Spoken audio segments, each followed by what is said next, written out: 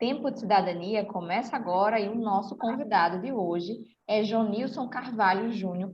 Seja muito bem-vindo aqui em nossa conversa. Ele que é fisioterapeuta, professor de fisioterapia, e vai falar um pouquinho dos casos de reabilitação pós-Covid. Seja muito bem-vindo, professor. Suelen, eu que agradeço o convite, né? Para mim é uma satisfação enorme estar aqui. Aos internautas, né, que estão acompanhando o programa. Tá?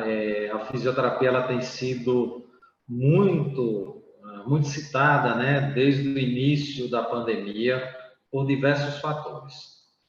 Suelen, no início, principalmente, né, a fisioterapia ela ganhou um papel de destaque porque o fisioterapeuta é um profissional que atua diretamente dentro das unidades de terapia intensiva, das salas de emergência, das enfermarias, especialmente no manejo das disfunções respiratórias. E a COVID é uma doença que tem duas características principais.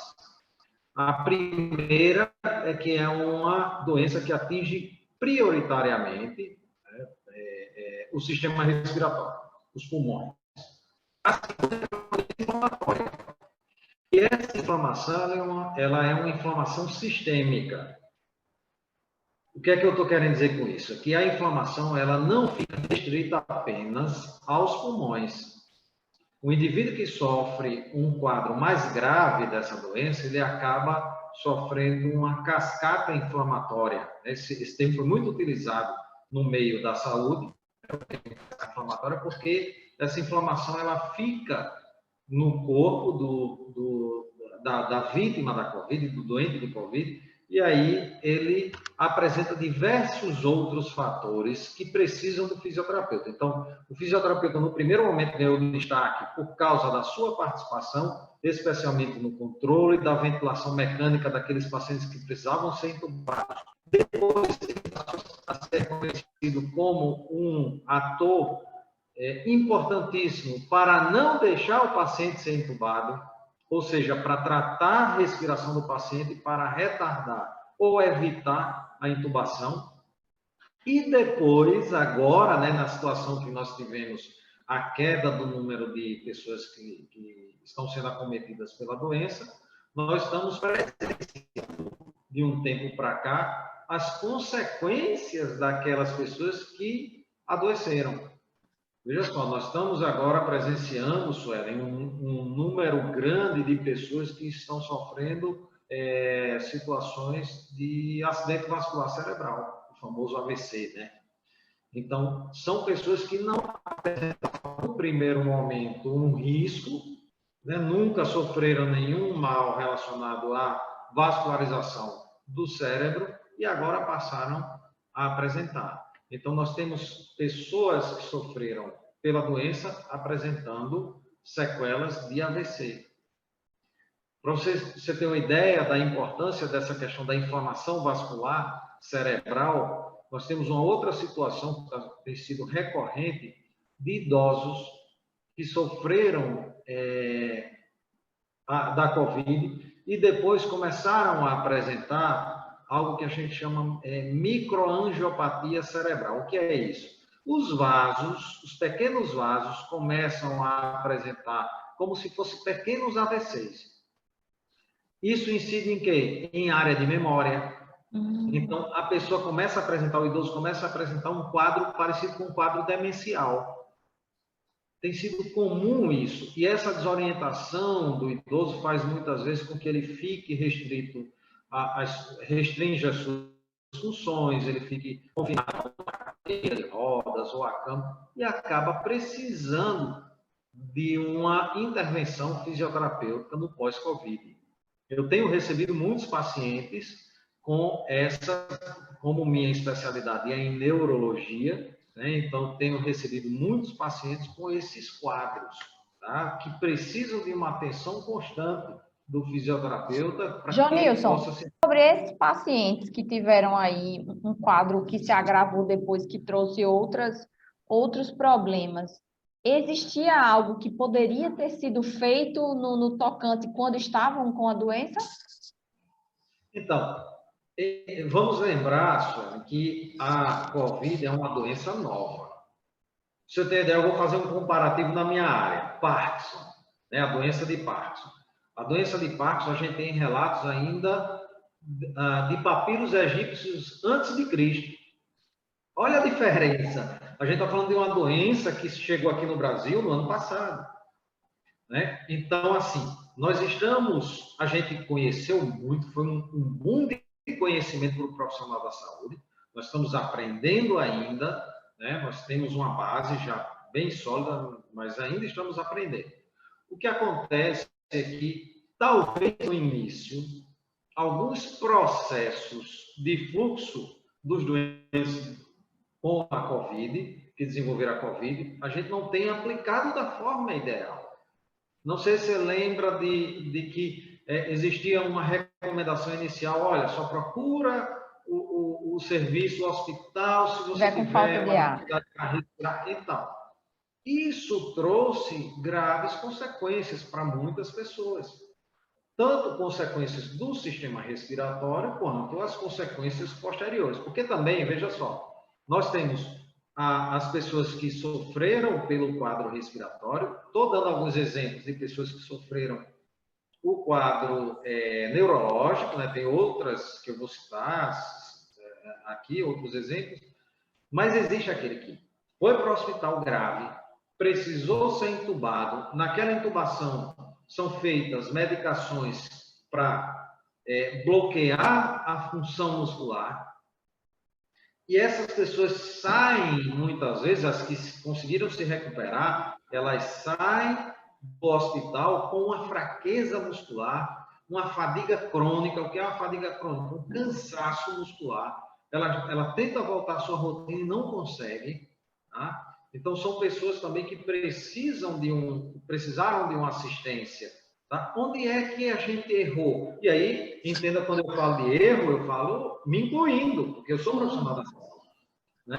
Nós erramos talvez no início ali, muito, né? Que a gente não conhecia a doença. Então, era um jogo de xadrez, né? Onde você tinha 50% de chance de acertar, 50% de chance de errar.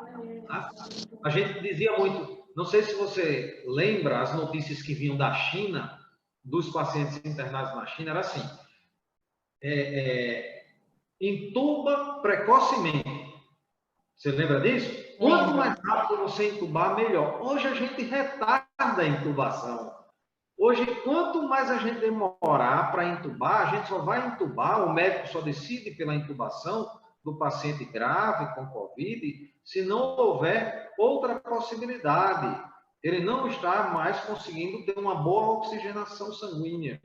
O cérebro vai entrar em sofrimento por falta de oxigenação, já que os pulmões não conseguem trabalhar bem. Aí essa decisão. Então, acho que a gente errou lá no início, né? Agora a gente está começando a acertar. Sobre o tratamento na condução da COVID, existia aquela modalidade de respiração de bruxo, não é isso? O quanto que essas pessoas, esses pacientes que nessa época tiveram que optar por esse mecanismo, o quanto eles perderam, o quanto isso afetou e quais são as consequências disso, desses pacientes até hoje? O que eles podem ter tido ou podem estar tendo, na verdade?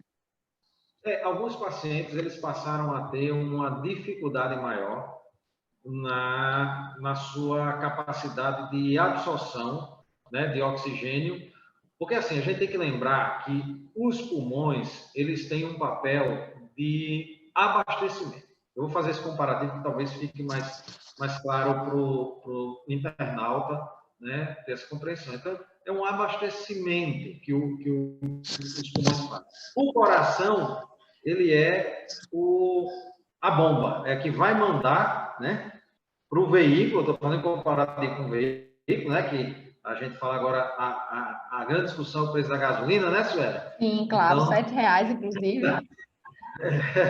Então, estou fazendo essa comparação também, aí são os dois temas marcantes, Covid e gasolina. Então, o combustível, quem trata do combustível são os pulmões, tá? E a bomba é o coração. Então, a partir do momento que nós temos cachinhos, que são os alvéolos, é como se fossem cachos de uvas, que é lá onde a gente tem a troca gasosa. A partir do momento que eu tenho fechamento, que é o resultado, né, o problema da Covid, exatamente, eu tenho fechamento, a impossibilidade de transição de gases dentro desses alvéolos, desses cachinhos de uva, eu restringo a minha capacidade de oferta de combustível. O coração ele vai continuar trabalhando, mas até o coração vai sofrer com isso, porque ele também precisa desse oxigênio.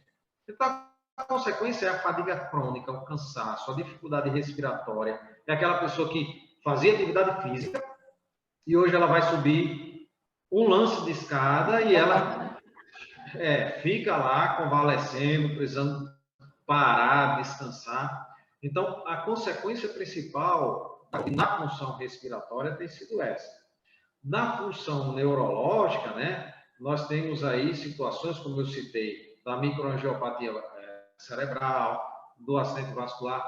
Existe uma síndrome, a síndrome de Guillain-Barré, não sei se você já ouviu falar, que é uma síndrome que perde força no corpo. O paciente, a pessoa que é acometida, perde força no corpo. Nós tivemos muitos casos de Guillain-Barré relacionados ao pós-Covid. Então, tenho recebido também pacientes com fraqueza generalizada, mas porque o vírus atuou especificamente no sistema nervoso dessa pessoa, no sistema nervoso periférico. Peguei casos, a gente hoje, Suelen, quando chega um paciente com paralisia facial no meu consultório, sabe qual é a minha pergunta? Antes eu perguntava, o senhor teve uma virose? Eu começo perguntando, teve Covid? Né?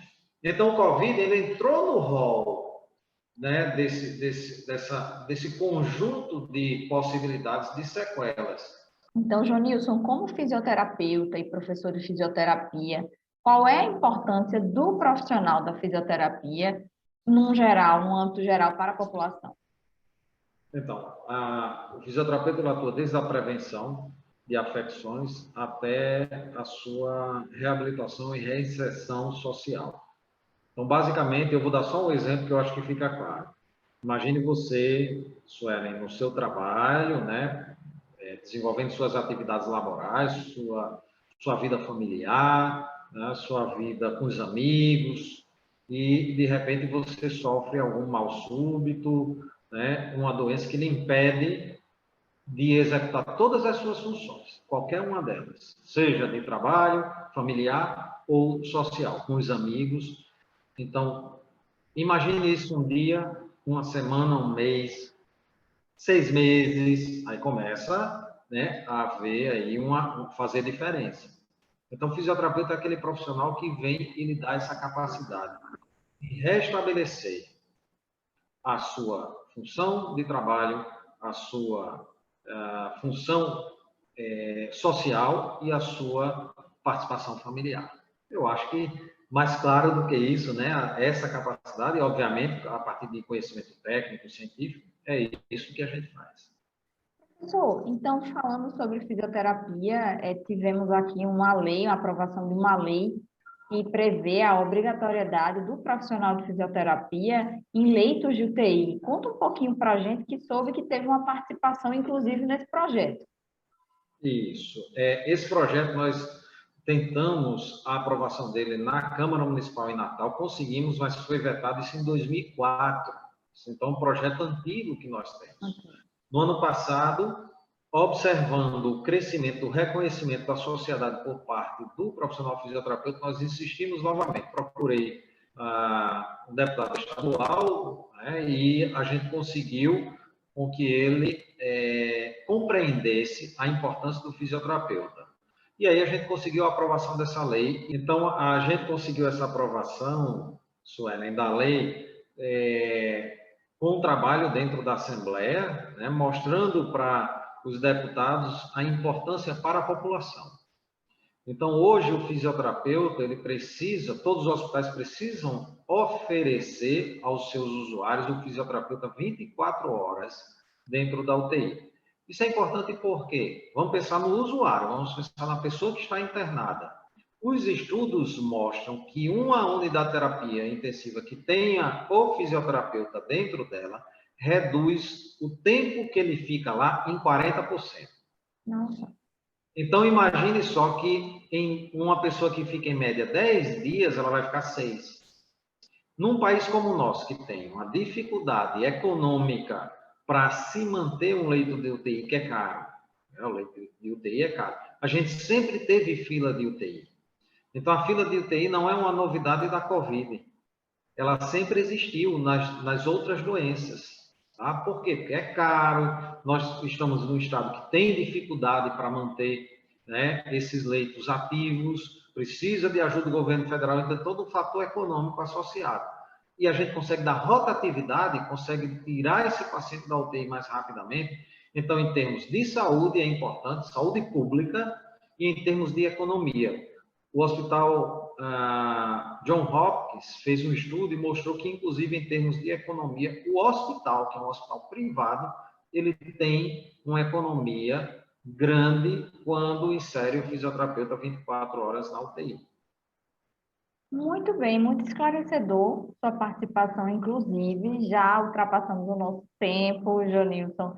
Queria agradecer a sua participação aqui no Tempo de Cidadania, agradecer a disponibilidade, e abraçar aqui também um pouquinho da causa da fisioterapia. Vou deixar aqui os canais abertos para as suas mensagens, para a sua mensagem final, na verdade. Fique à vontade.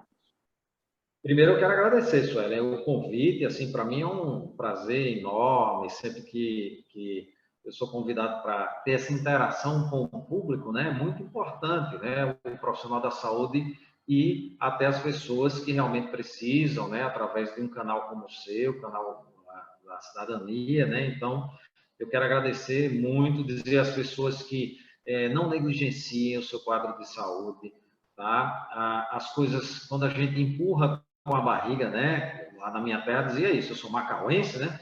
Então lá na minha terra a gente falava muito isso, empurra com a barriga. Então não vamos fazer isso, não façam isso, porque as consequências depois, elas são mais difíceis de resolver. Inclusive a fisioterapia, ela tem um ótimo resultado quando se procura o fisioterapeuta precocemente. Então, o mais rápido possível. Na minha área, por exemplo, a gente costuma dizer que existe o tempo ouro da neurologia, né, do paciente neurológico, que é aquele primeiro momento, o momento do choque, é um termo que a gente usa, ou seja, ele saca o problema latente e a gente vai trabalhar para recuperar o mais rápido possível. Olha, obrigado de novo, desculpe, porque assim, você bota o professor para falar, ele vai falar muito, estoura o tempo, né? Não, mas Mas está ótimo. eu fico à disposição, sempre. Obrigada, Jonilson, por essa entrevista, sua participação aqui no Tempo de Cidadania. Você quer ver mais entrevistas como essa? Se inscreve no nosso canal, curte, comenta, compartilha e ativa o sininho para receber as notificações. E se inscreva também. Tempo de Cidadania fica por aqui. A gente se vê numa próxima. Tchau, tchau. Tchau, professor. Tchau, pessoal. Tchau, Sueli. Obrigado.